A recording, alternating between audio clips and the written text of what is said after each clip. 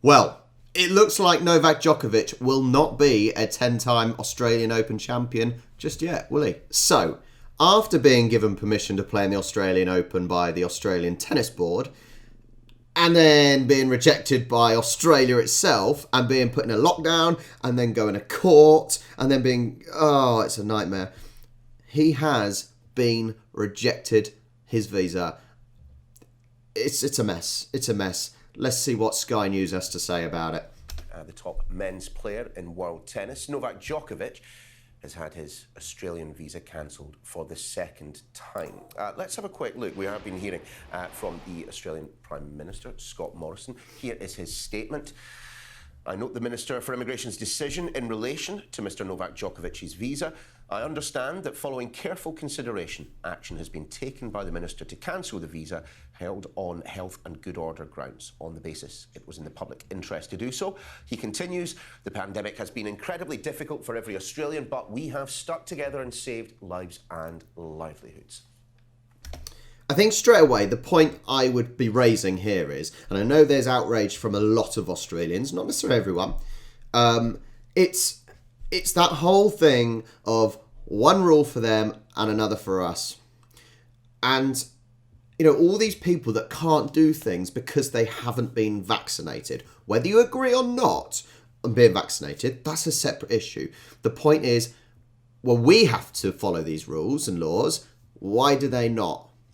That is, I think, the overall feeling, I think. And that would be my thought as well. Look at the Tory scum over here having a party when we're all locked down. Well, let's bring in Sky News Australia's Julia Bradley, who joins us now from Melbourne. Hello, Julia. Good to see you again. Do hope you're well. So what happens next? Is it taxi for Novak Djokovic? Surely. Well, there are a number of options here, Neil. So as it stands, world number one tennis player Novak Djokovic, he is set to be detained and deported from Australia and also banned from entering the country for the next 3 years. But there are still a number of options for the lawyers representing Novak Djokovic. So they could now... could be banned from coming to Australia for 3 years. Wow, I think that seems harsh.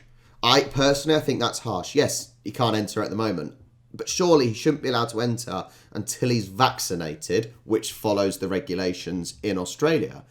3 years, that seems a bit harsh, actually. I didn't find myself sticking up for him. I didn't think I would, but I am for that cause. 3 years seems a little bit harsh.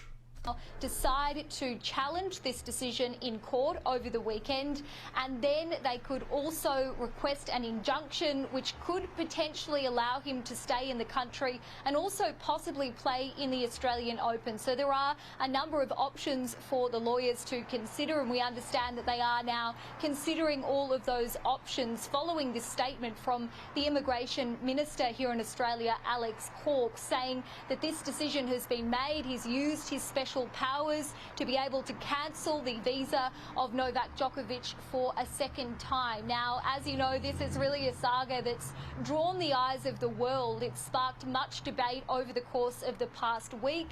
We've heard from some people who are fearful that this could, in fact, look bad for Australia on the world stage, cancelling the visa of the world number one tennis player. But there is also rising sentiment here in Australia that he should, in fact, be deported, and that would be the right thing to do, given that we've had such tough border measures during the course of this pandemic.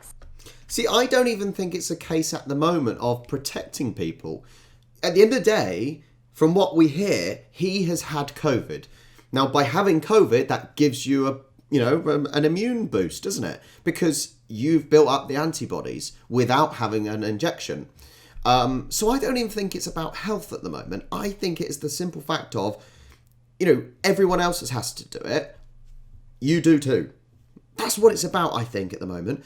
And them saying about Australia turning him away and deporting him, and it may, I don't know. I think it's a good thing because it shows that you're not going to back down. I actually think that's good for Australia. You're not going to be the whipping boys, It almost gives you some prominence in the world and shows you've got some power. And that's not trying to be derogatory. So that decision coming through from our Immigration Minister just a number of hours ago. We are still waiting to see what kind of reaction there is among the community here in Melbourne.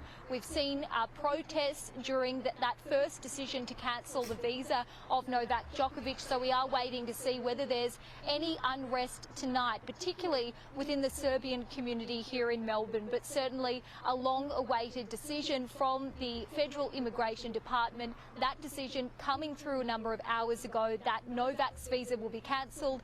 As it stands, he is said to be detained and then deported. And this little clip for our next video, Boris Johnson has shown strong leadership. What? The rage.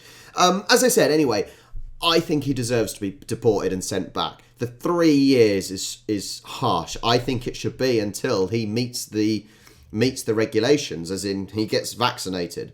I think it's all about showing a strong sort of face on it.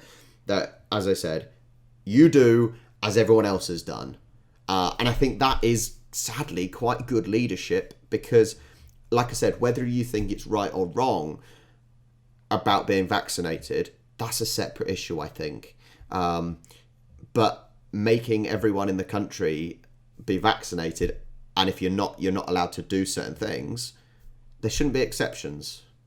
Let me know your thoughts down below in the comments. Do you agree that Novak should be deported? Or do you think, no, well, he's had COVID, let him play? Let me know. Thanks for watching. Make sure you like and subscribe, and I will catch you next time.